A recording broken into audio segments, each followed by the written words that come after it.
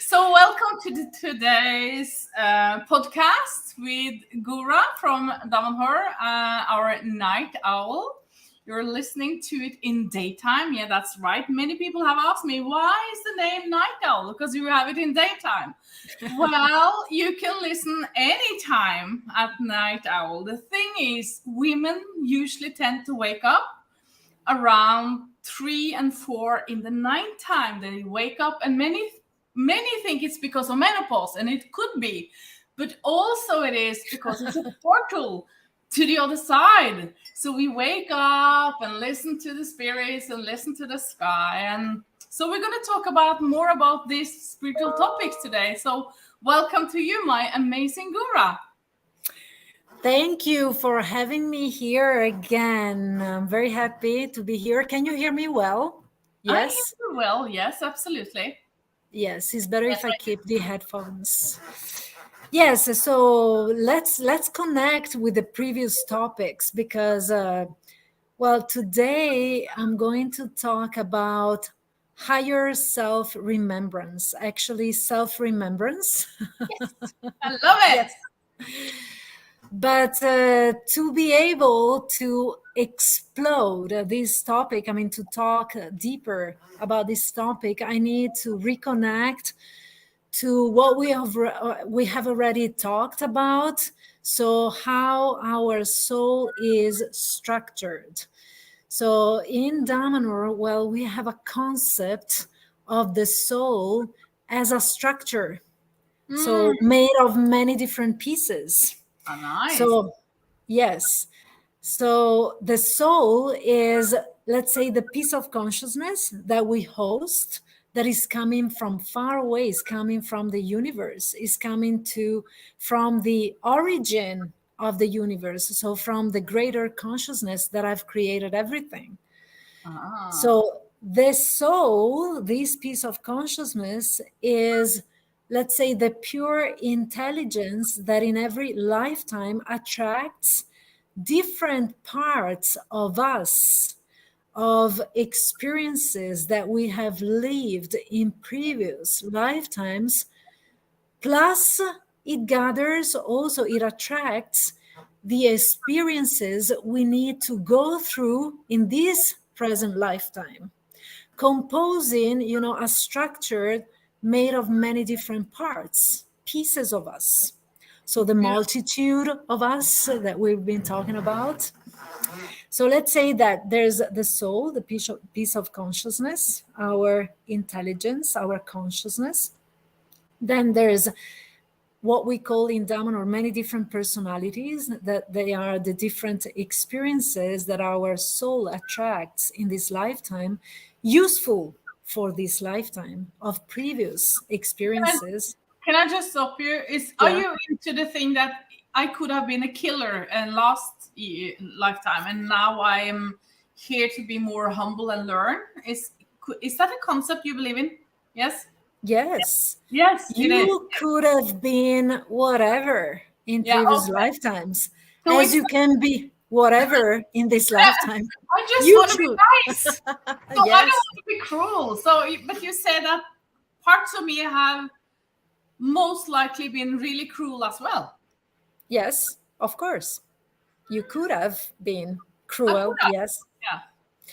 And plus, we have also the personalities that are forming themselves in this very lifetime through conditionings, through the roles that society asks us to play, through the masks, basically, that we wear due to the educational and the cultural identity we have in this very lifetime.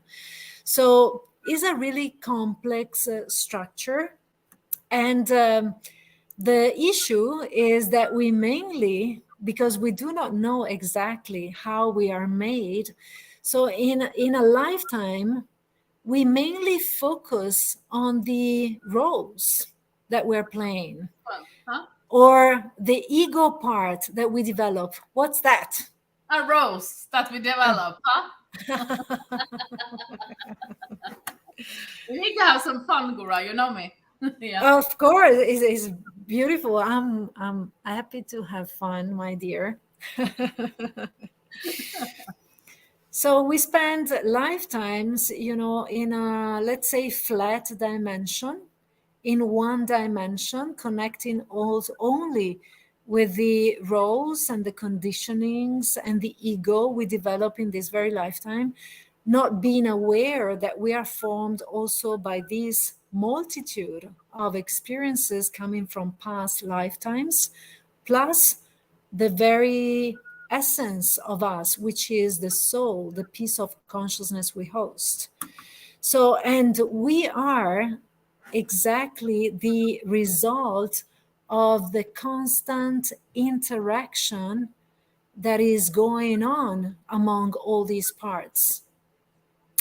We are not aware. I mean, we live them practically because if I ask you, myself, or anyone, we know very clearly that, when we have to make a decision, let's say, or when we need to express an opinion, we might feel within us, parts of us, they do agree on something, but they do not agree on something else, or parts that want to follow a specific direction, but other parts that are contrasting that direction at the same time. So the very first step of starting to remember who we really are is to start observing ourselves and not identifying all these many different parts, because the issue is that we totally identify with that tiny piece that we consider to be ourselves, So which is a I'm small just, fragment. Yeah. I know. So I'll just try to get everyone on this, what we're talking about. Yes. First of all, you talk about, like, and many of us call it the universe, but in Damanhur, you call it the real. Is that right? Yes. Oh, we have, yes. Right. So you have the real. And observing yourself to understand that, but that, because it's really hard to go out of yourself and watch you. And these days, I would say to people, if you actually put your camera on this for a whole day when you work, then you see yourself from outside. And a lot of people do that now. And then you will see yourself from the outside, but also you have an inner side that you want to observe. Isn't that right? So Right. what, yeah, so what would be a good, like, gymnastic to do this? How can the people at home train to observe themselves, Goura? The trick is that by switching on this camera outside of you, while this camera observes you, you need also to divide your attention. So you divide your attention to the outside observer, plus what's happening inwards while you are observing yourself. So you need to have the attention in two different directions, outwards and inwards. But the focus, the objective of the observation is you, is only you. So by doing this, you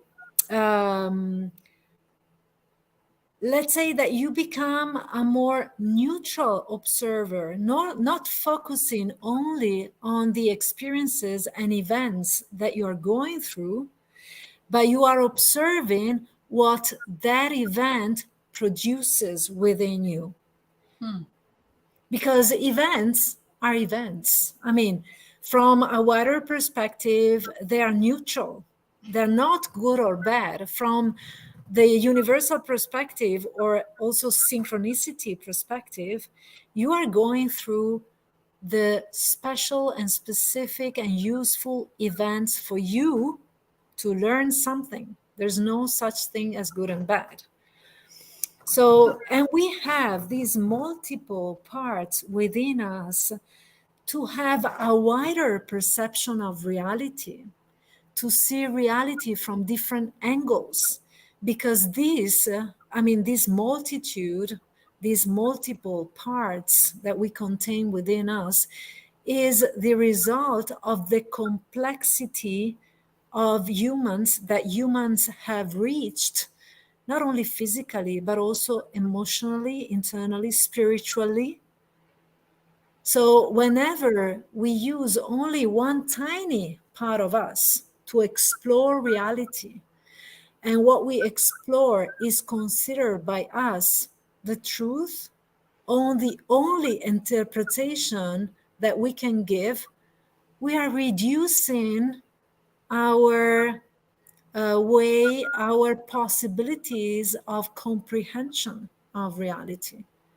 So the many experiences we contain, and also the ego and the, let's say, the personalities that we create in this very lifetime through the profession we have, the role we play, motherhood or sisterhood, or which is, everything is fine.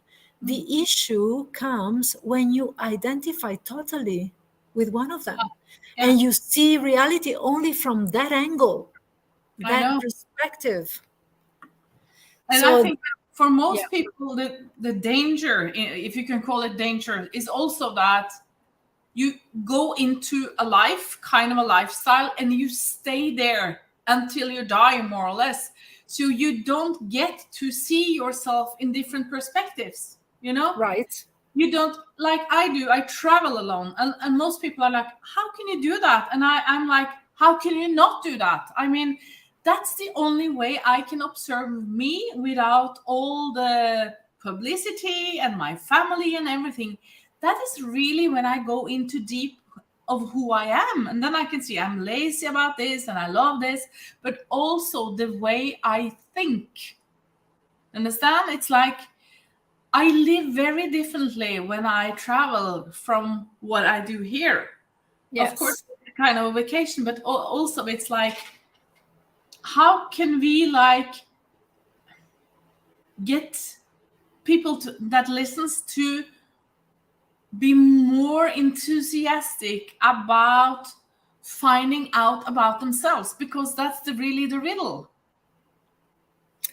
How? Well, to realize all this in practice, so to realize the complexity of who we are, we need to have a strategy, to develop a strategy of basically of exercises to realize that we were born in a cage, basically the mental cage that created itself through education, through culture, through religion, through whatever we went through. And but it's not something theoretic. You understand that you're living in a cage only when you do some practices to experience the cage, that you realize that you are in a cage. In that very moment, you open up to other things.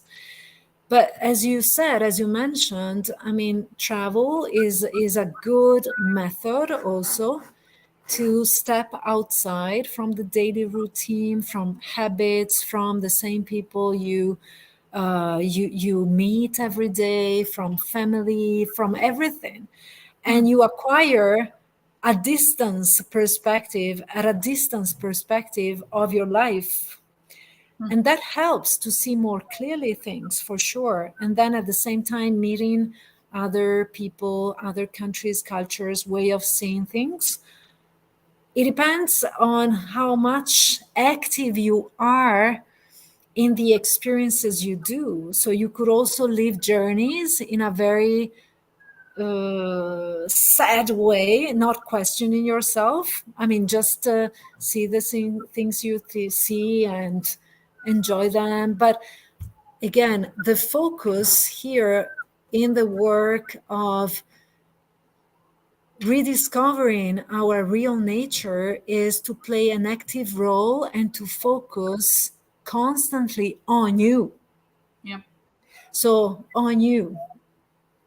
And so as long as all these parts our soul is made of, the so-called personalities, they're not functionally integrated with each other, the soul element is very difficult for the soul element to emerge, to manifest itself, because it needs to have a base, a foundation made of harmonious, loving integration within ourselves. Because the greater consciousness or the consciousness emerges only through love, harmony, balance. Is not, I mean, it cannot emerge before because it doesn't have the support to be sustained, to emerge. Okay, two questions, one from me and one from Hedvig here. So what you say is that I could have a lifetime or 10 here without evolving. I just do the same and I don't evolve. Is that true? Yes.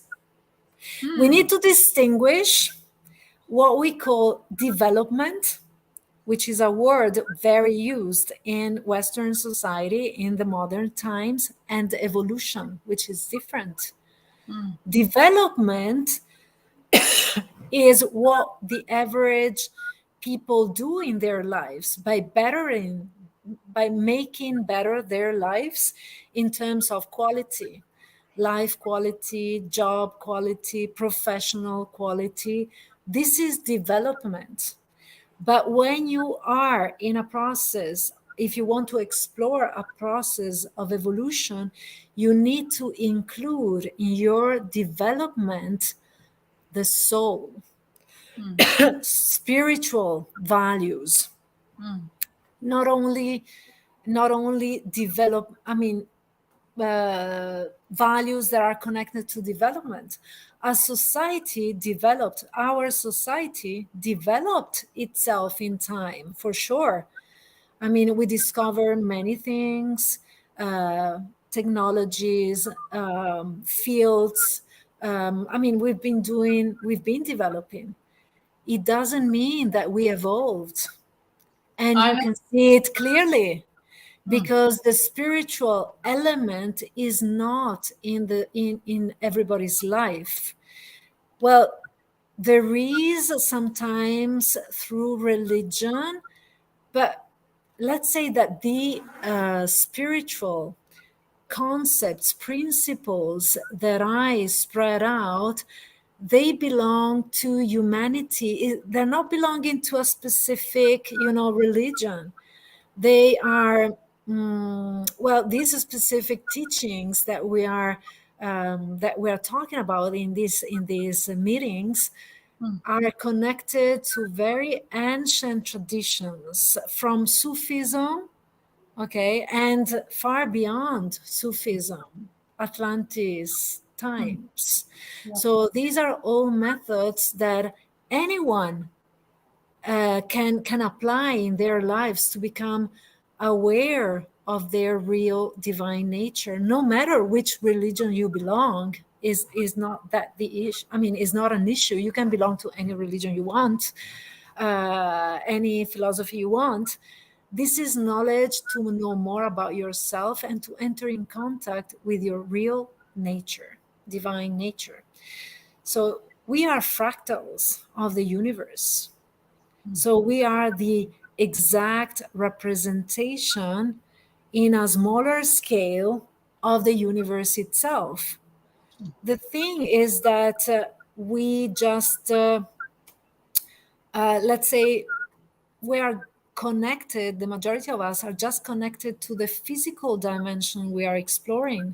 So we are connected to our body, to our rationality. That's the main thing we have developed in the Western society. Our science, scientific proof of everything. And basically oppositions.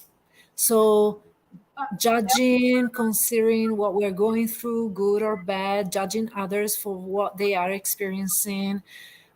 So we are not experiencing a neutral space, a neutral state of being, an internal space to comprehend within us the many different experiences that we do in person and also others.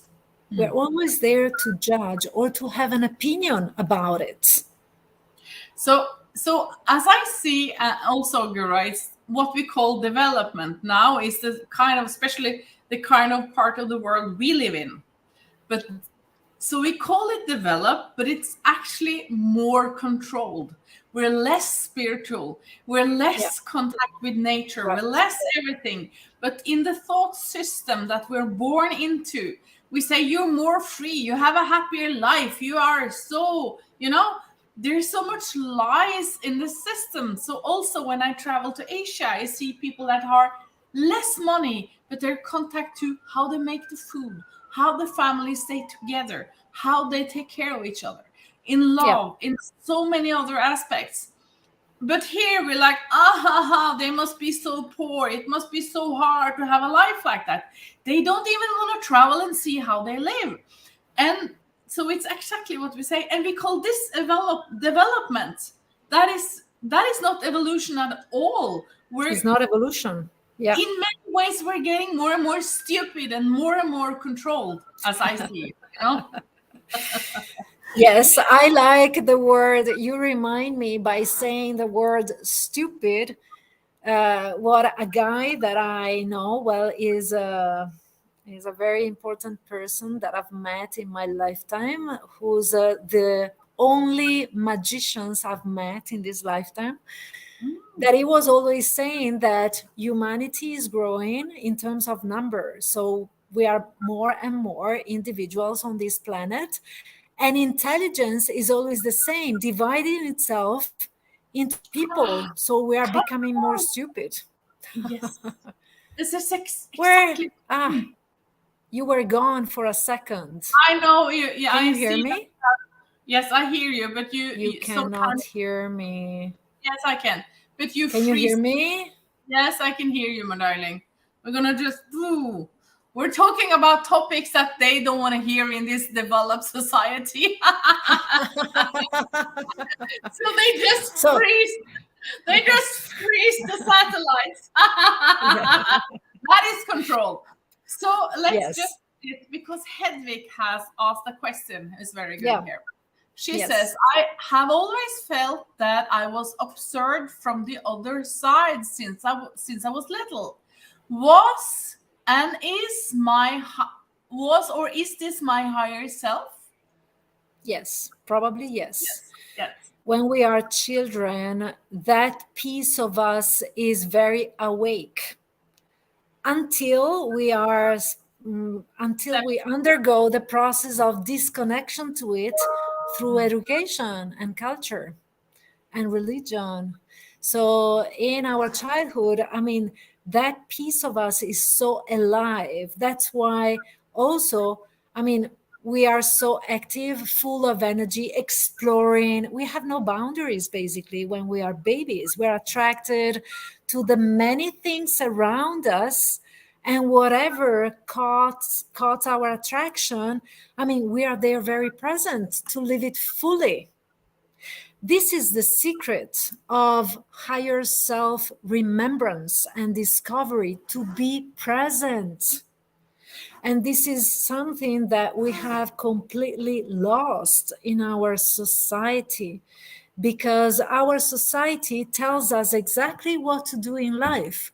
You wake up, you go to work, you take care of your family, you take some break off. You go on holiday, you come back, you rejoin your family, your work, and you spend the entire life just running after things. And just keeping forgetting who you really are, because you're caught in this system of stressful system. So you need to fight a lot to be able, first of all, to decide to work on you and to apply specific methods and exercises to become awake and also to become present to what you're doing, because all these methods are methods that are transformative experiences that you need to apply to your everyday life. You do not need, to step out of it and have a spiritual life separated by your normal life. And this is another paradigm that have changed in this very epoch, because in previous times, people devoting time to their spirituality, they were just going in monasteries, spending time with themselves, having long meditations every day.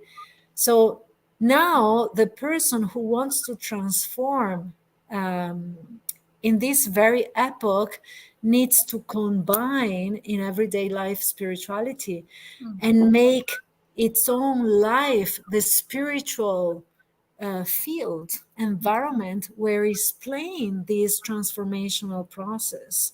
You do not need to step out of it, because those are very simple and also complex things to be applied. Because by applying, for example, to be present to what you are doing, it means, first of all, to step out from the mentality we gained in this society of thinking continuously experiences of the past or projecting ourselves in the future.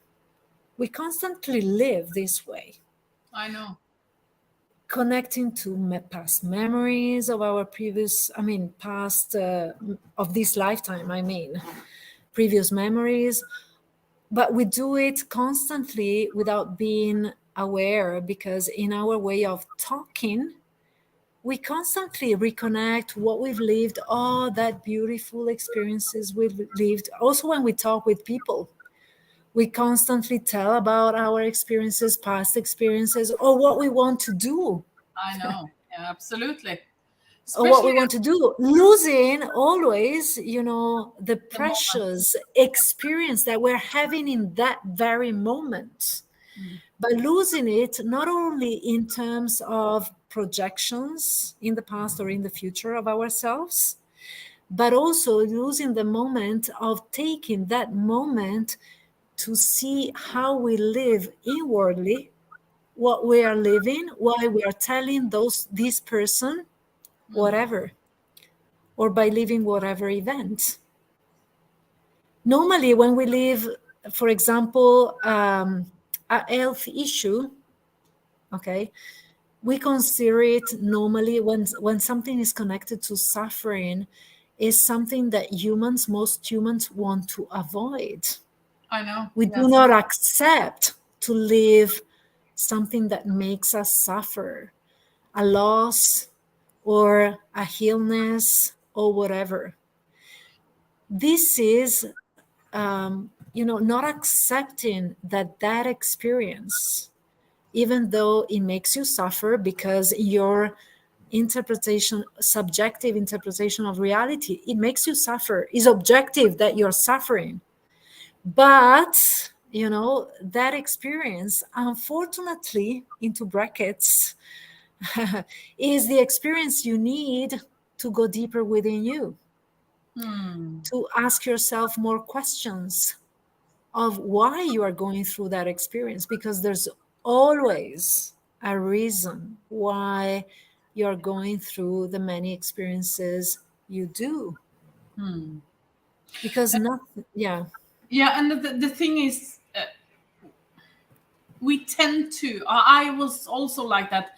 I tend to, even if I know that I'm spiritual reincarnated, it's I have to find the truth all the way, and I tend to think that if I live in a certain way, there were no bad in, I know, the perpetuation way would happen to me.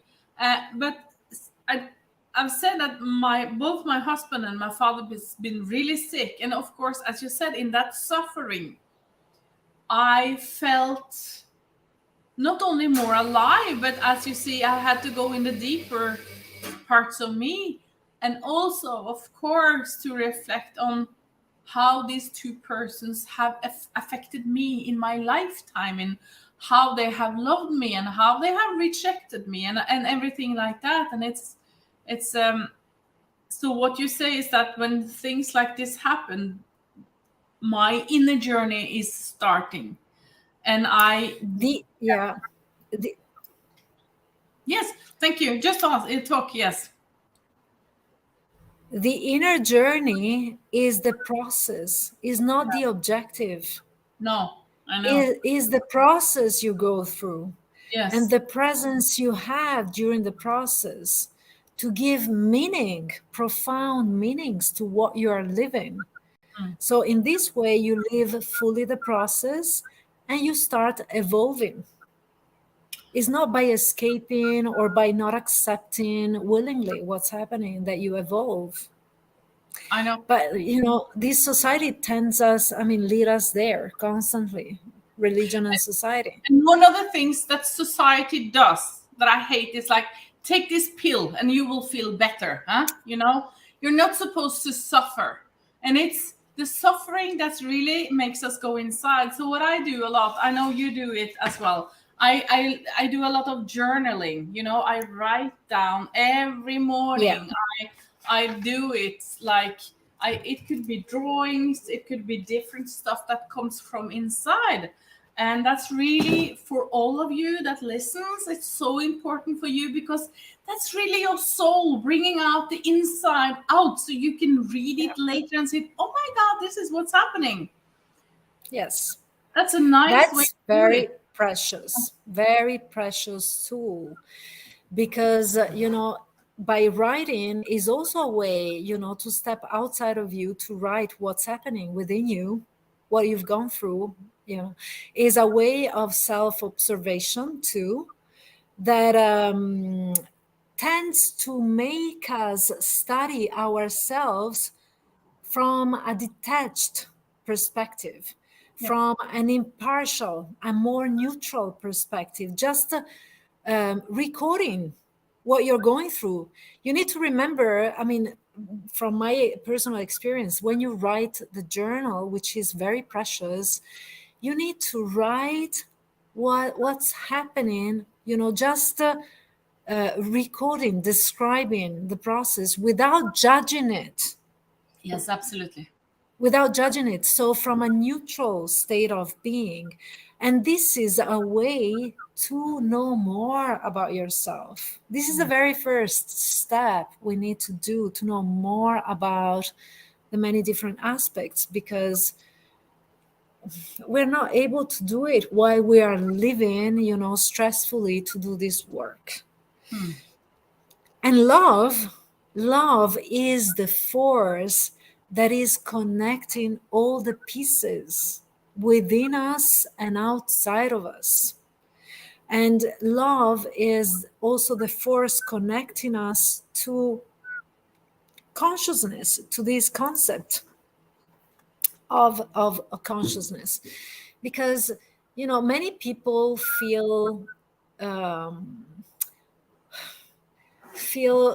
the need to help others. Of course you can do it, but you can do it accordingly to the level that you have internally of helping yourself to go through, to navigate in this very lifetime. So sometimes we hide ourselves, behind these masks of, being very helpful for others, so helping others to step out from their issues or healing others. But you cannot do it really if you're not healed yourself. You cannot do it really. Of course you can do it on a certain percentage level, But that, I mean, it depends always on where you want to get in this very lifetime. And So actually, what you, I'm so yeah, yeah. go Actually, I ahead. would say I work with so many women, and I see that because they're so helpful to everyone else, they're really hurting themselves. They don't have time for themselves. They don't reflect. They don't eat what they should. They don't take pauses. I mean, they don't go to if what they need yoga, swimming, traveling, nothing. They have to be there. You know, they're like this, and they don't see how this affects themselves, or they do when they come into we call it a bubble. Many people in women call it a bubble in Norway. How did I get into this bubble? You know, they're really, so when they're stuck in a bubble, they feel it, and they don't sleep. They call it I went into the wall. I said there is no wall there. You just did this to yourself. It's like we have to own that to get better.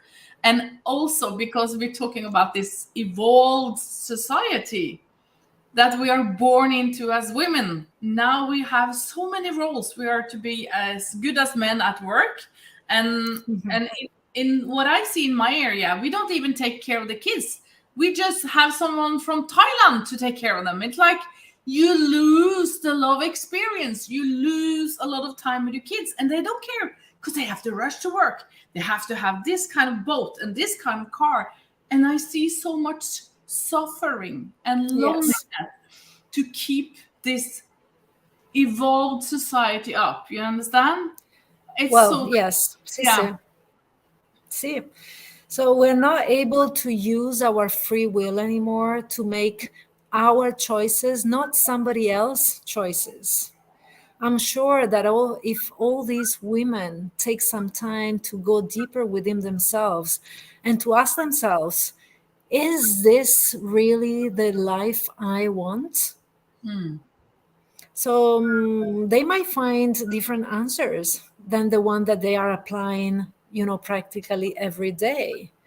So um,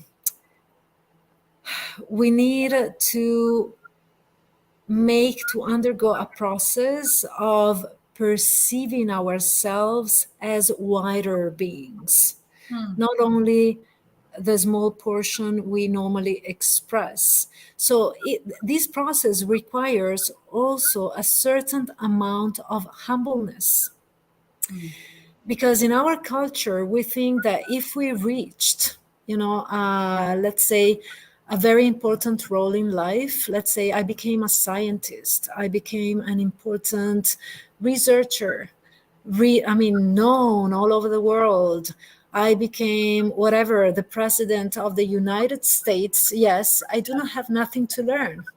No, I'm fully, yes. But also, when we identify completely with any role, motherhood, so we play the role to be a mother for an entire life, and we identify with it completely, that we think very selfishly, very egocentric, that this is the only thing.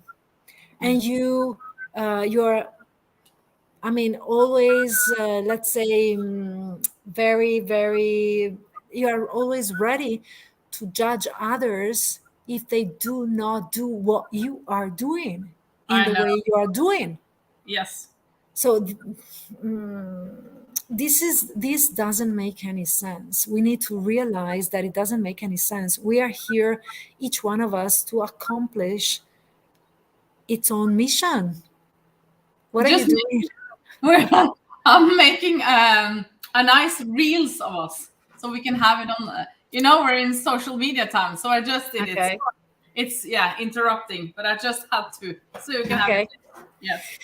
Well, So yes. this sense of nothingness, of emptiness, of incompleteness, that in various moments everybody experience, okay, is a matter of not having developed a sufficient love towards your higher self. Hmm. So sticking only to this one dimension reality without connecting to your multiple your being as multidimensional. So including your soul mission, including your, well, if you believe in previous lifetimes, not everybody, well, but including also your previous life experiences, because everything plays a part in this very lifetime. And if you do not have enough sufficient love towards yourself first, okay, you cannot love anyone else. You cannot do any loving service towards anyone else. I mean, you feel, maybe you are convinced that you're doing it, but if you continue to suffer, it means that it's not real. Because if you're really doing it, the process is joy. I mean, within you, you ignite a source of joy, of constant joy, because you're happy with yourself, you're loving yourself, you love the way you are satisfied about your discovery, the way you manifest toward others. And this is a constant source of energy and joy. This is the measure. So many people would argue here, Goura, and said, "But I know. I have to, But I'm I not have saying, to work. I have to do this. I have to do this." And so, I mean, there is one way to live, like you have done. You're like, in a way, moved out of society and into Damanhur, which is also a society, but you live in a very different way. But for I know. yeah. And so let's go back to when you are living like me and other women, and they feel there is a lot of things they feel they have to, and still if they cut a lot of them have to go to work in a way. So how can they in that field enjoy life, as you say? Well, I would like to spend a word about living in a different environment like mine, living in a spiritual community, where, as we said already in the previous talks, is not the perfect reality. So also me immersed in this spiritual, environment, I can be caught by the structure, the spiritual structure. So you can be caught also here by the imperfection that everybody expresses here, because we're not enlightened, we're not awake beings. So it's the same work. Of course, it's easier.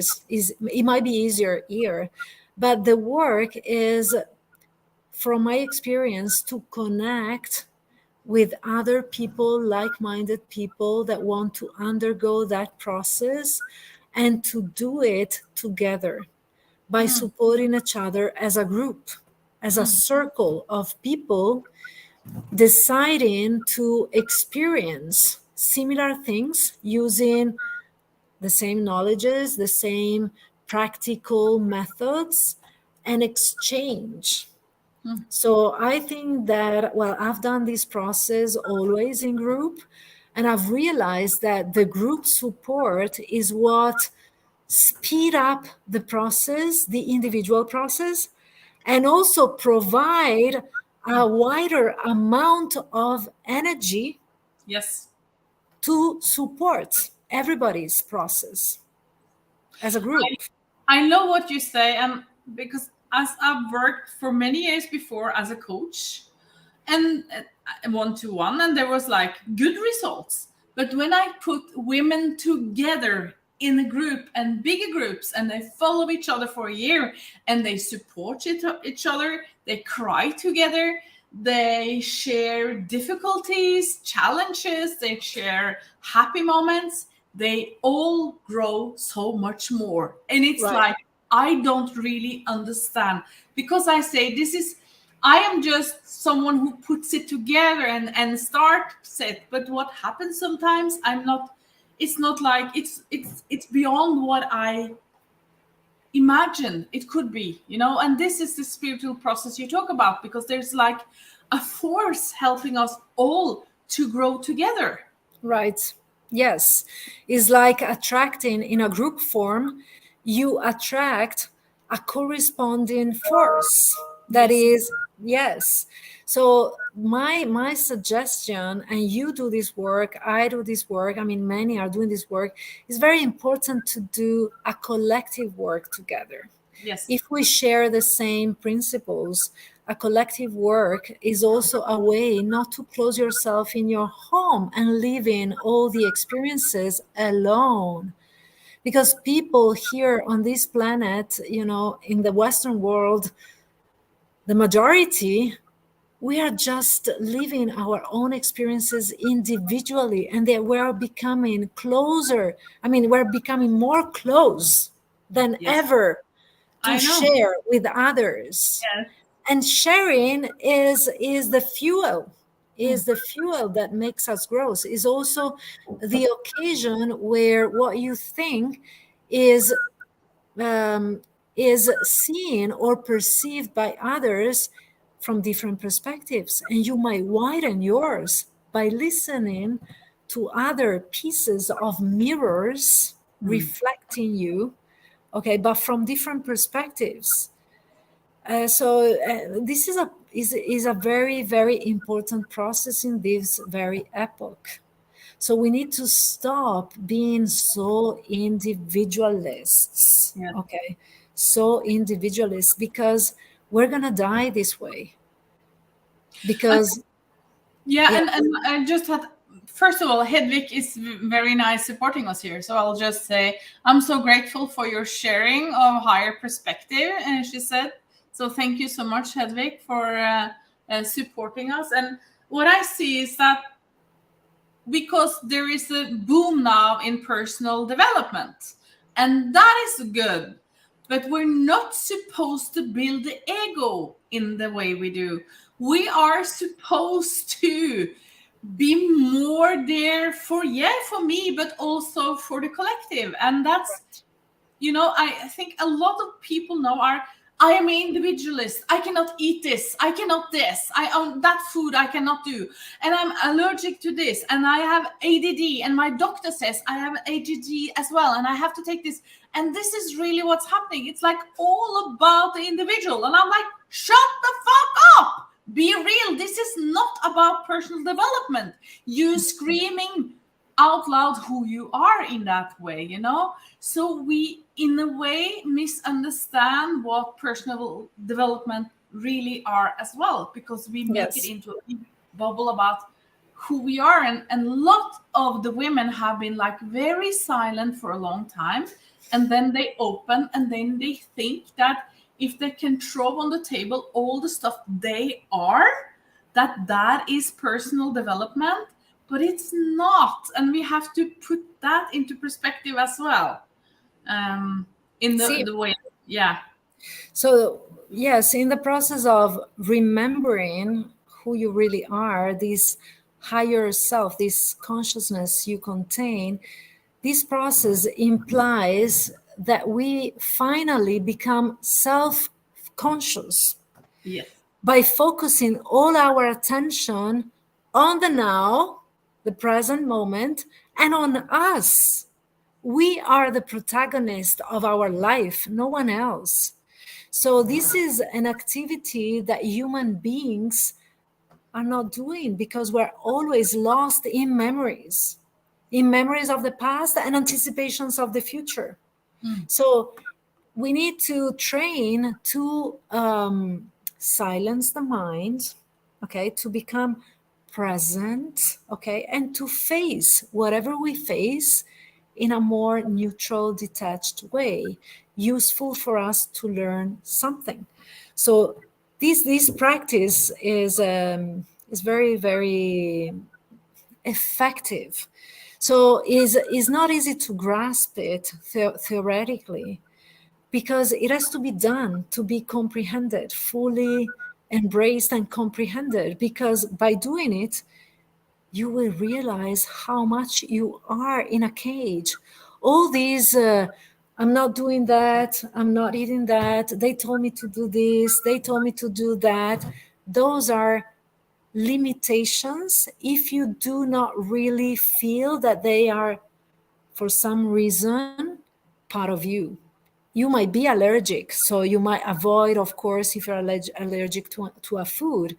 But to go in a country, okay, and stay connected for this is typical of Italians. That's why I'm going to do these examples, because I'm talking about me, but Italians in general, our culture. When we go in a different country, could be Japan, could be whatever, we look for Italian places where to eat. This is crazy.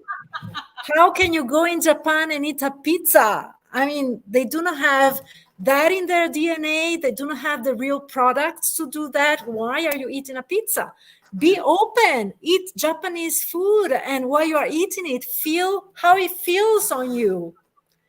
Stepping outside, the mental, theoretical boundaries we have.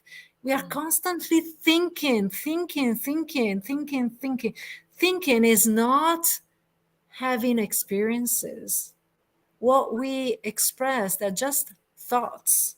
And when we avoid the experience, that experience that you've never done, okay, it's just theory. How can you do that? That food is not harmoniously integrated in your body if you never tried it.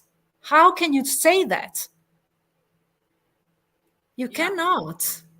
I totally agree with you. And that's the exploring and traveling in itself, is to see the colors, smell, taste, everything like that.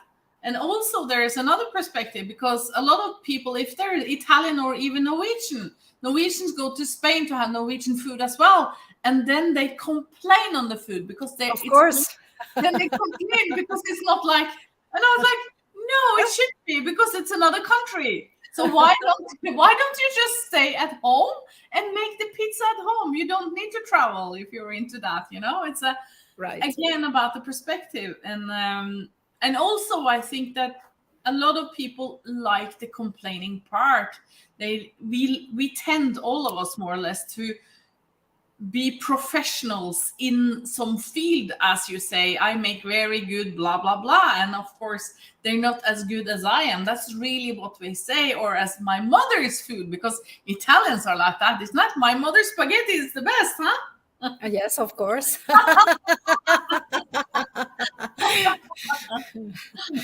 See, we are really caught up in mental boundaries that we created, supported by our society.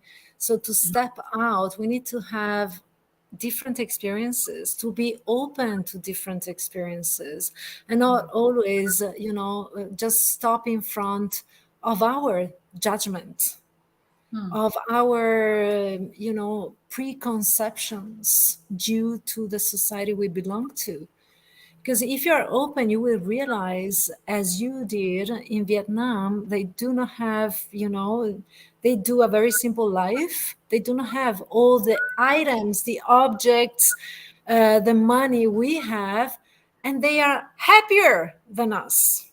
So it's a state of being to be happy, to be joyful, to be in contact with your soul. Is a state of being, is not a matter of something external.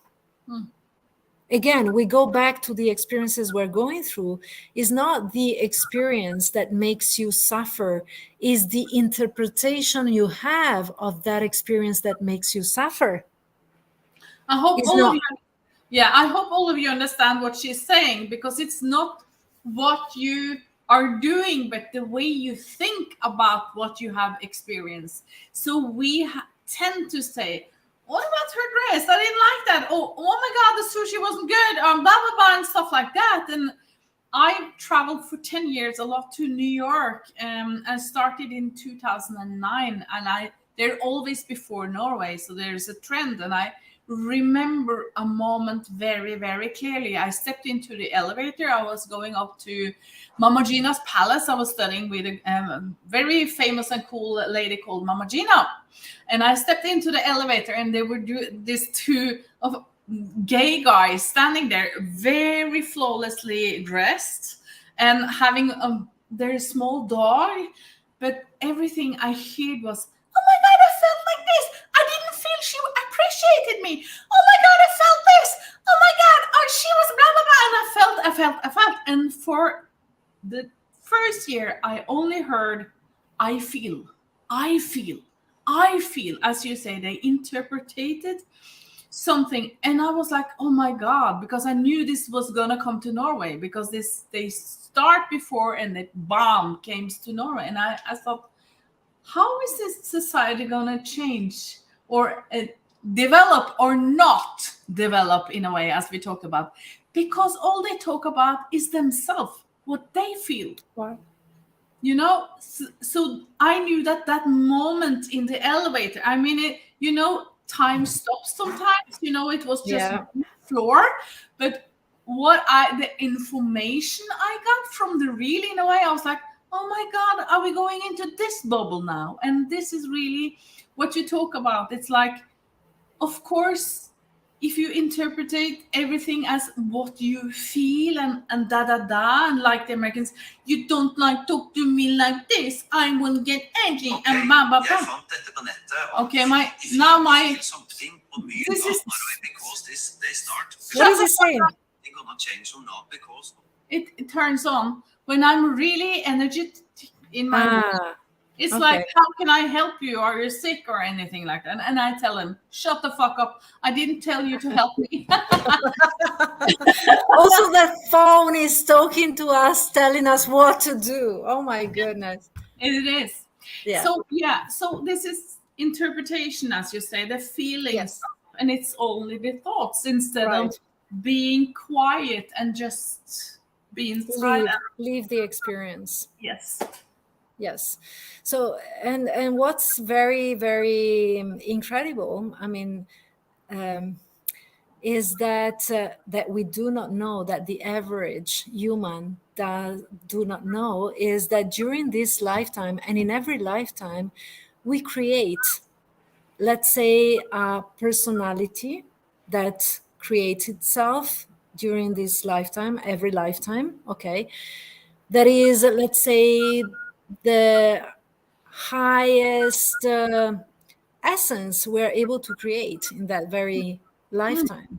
Cool. So let's call it the true personality, going closer and closer to our true essence, our divine essence. In each lifetime. Yes, we create this personality, but how do we create this? We develop it only by virtue of the conscious work on ourselves.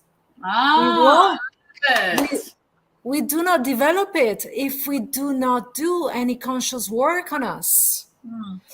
And this true personality that creates in every lifetime is the maximum result we can gain to go closer and closer to our divine nature. Because maybe for someone, let's say for most of us, I mean, the process of reconnecting with our own consciousness might take different lifetimes, not only one. But that personality that you create, the true personality information in every lifetime, is the one that then gathers the next different parts when we reincarnate in a different lifetimes, continuing the process. So nothing get lost if you do conscious work. If you live unconsciously, you do not create this, we can call it this, I'm thinking it in Italian, sorry. I do not remember. Is a gravity center. Okay. Is let's say. So instead of this, you just get aligned. Aligned is a gravity center that you develop within, then to be able to guide your choices. Yes. To guide your life, to be master of your life, and not to be guided constantly by your emotions, guided by people what are telling you, guided by your physiology, the physiology of your body.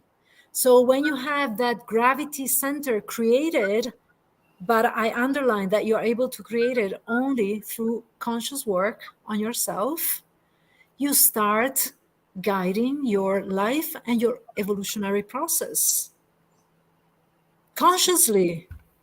It's Yes. beautiful.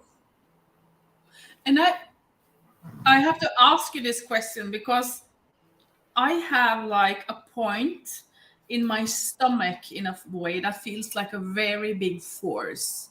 And of course, it's not always when I'm fey and sad, but if I'm on stage and doing the work, there's like this force inside of me. And I know it's not mine, it's like something I get. And I feel like they can come 100 horses and try to push me. It's not going to happen. There's like the force. Is that something that we talk about now? Like something Yes. inside that just builds like that? Yes. Yes. It is. Yes, me too. I'm talking every day to many people about all these topics. And I feel that in these past 3-4 years, I'm mostly like channeling. Is like connecting to a higher force that is guiding me. But that higher force is, let's say, is my piece of consciousness connecting with a higher consciousness, because Yes. you've done work to connect. So it's like that you're feeling, to guide your life is also to be able to connect on a deeper level with the greater consciousness. So sometimes you might feel that you're not yourself, but you're guided by something external. Absolutely. Yes. But it is a feeling that at first, when I started feeling it, at first I said, what's that? It's not me. I'm also, surprised sometimes about what comes out from my mouth Yes. that I do not recognize as me. I said, who said that? I've never thought about that. Yes, is also, why you are uh, talking to others and transmitting or talking about knowledges connected to human evolution, you're also at the same time putting together pieces and experiences that you've learned. And sometimes in that very moment, all those pieces connects within you. And for the very first time, it makes sense and you describe it differently or in a way you've never thought of, that is so different from what you've experienced before, that it seems strange to you too. But then you realize, wow, is what I've gone through. I know. And it's for sometimes I love the force in Star Wars because it's, and also like the stick that we made in Damanhur, it's for me it's the light source in a way, and I bought a small book about Star Wars and the force inside, and I was like, oh my god, this is what I'm talking about. And also I've always said that I'm not from here. I was incarnated here to do some work. And I've always had that feeling that I'm not from here. The people on this planet are too cruel. As you say, we don't have love as the first value. Always when I speak and I do coaching and stuff like that, I say my first value is love. And if that's strange for you, because business coaches in Norway, they don't talk about love. They talk about strategic, to be more effective, to Right. be even more violent to yourself. Yes. It's not okay to have love as a value. And that's what also what we talk about. It's like I have this self-remembrance that I like this planet, but hey, what's going on right here? It's like stupid what we do here. It's like we cannot do this more because we're going to kill each other. And we see that and especially in men, because the alpha male, he's going to war when he's like, I mean, Putin, you're not doing what I want, so I can go to war. It's like, this is so stupid. I mean, this is like shooting yourself in the leg, because we're all on the same planet. So it's, what about how can how can we all help to heal the collective, Goura? By healing yourself, by healing ourselves. This is the only way, because the healing process also of the planet starts from the base, from each one individual, not from the top down. It won't happen. You can wait ages and ages if you want, but it won't happen. So by changing, by transforming yourself, you change the planet. You change the planet. So, and if you undergo such a process of self consciousness, okay, so becoming aware of who you are and how you manifest and changing, I mean, just by observing yourself and considering seeing yourself from a different perspective outside of you, you will start transforming pieces of you. But the more you do conscious work directed specifically to do this, you need to be aware that you need to sacrifice something. Like everything you want to do has a cost, in terms of energy, in terms of time, in terms of whatever. Everything we need to choose to do has always a cost. If nothing is sacrificed in a positive way, in this sense, nothing is achieved. I know. I totally agree with you. And again, in this evolved society, we're not supposed to sacrifice. We're just supposed to buy more and have more. So it's really hard for this society, and I see in the youngers now, because they want everything easy, and if they suffer, it's like they have to take a pill or something. So, but we have been talking for 1 hour and 6 minutes, and that's wow. Yeah. Okay. And you have to just try to round it down. And just first of all, I want to say that we have at least 5 or 6 more sendings, have we not? We have totally 11 topics, don't we, Goura? Yes, I think so. Yeah. So all the listeners can hear us again. About every 3rd or 4th week, we have like information out there so you can read. And also, Goura, you are like a traveler and tourist. You take care of travelers in Damanhur. Right now, there is a lot of things happening in Damanhur, and maybe some of the viewers or listening would like to go to Damanhur. Can you say a little bit about how they can come to you and how you can take care of them? Yes, I take care mainly of groups of people that want to do customized programs. So if you want to come individually as a visitor, we have a welcome office taking care of it. If you want to come with a group of people and you want to go deeper to spend more days in Damanhur and to have a tailor-made program, I can do it for you. I know that Fay, my dear friend and sister, is organizing a trip here. So yes, so these are the options. If you are an individual person, yes, we can publish somewhere the website and the email address of the welcome office. But if you want to organize a group and experience deeper things in Damanhur, I can tailor a customized program for the group. That is beautiful. And you have a messenger on Facebook, and I think that's the most easy part for all of you to take contact with Goura.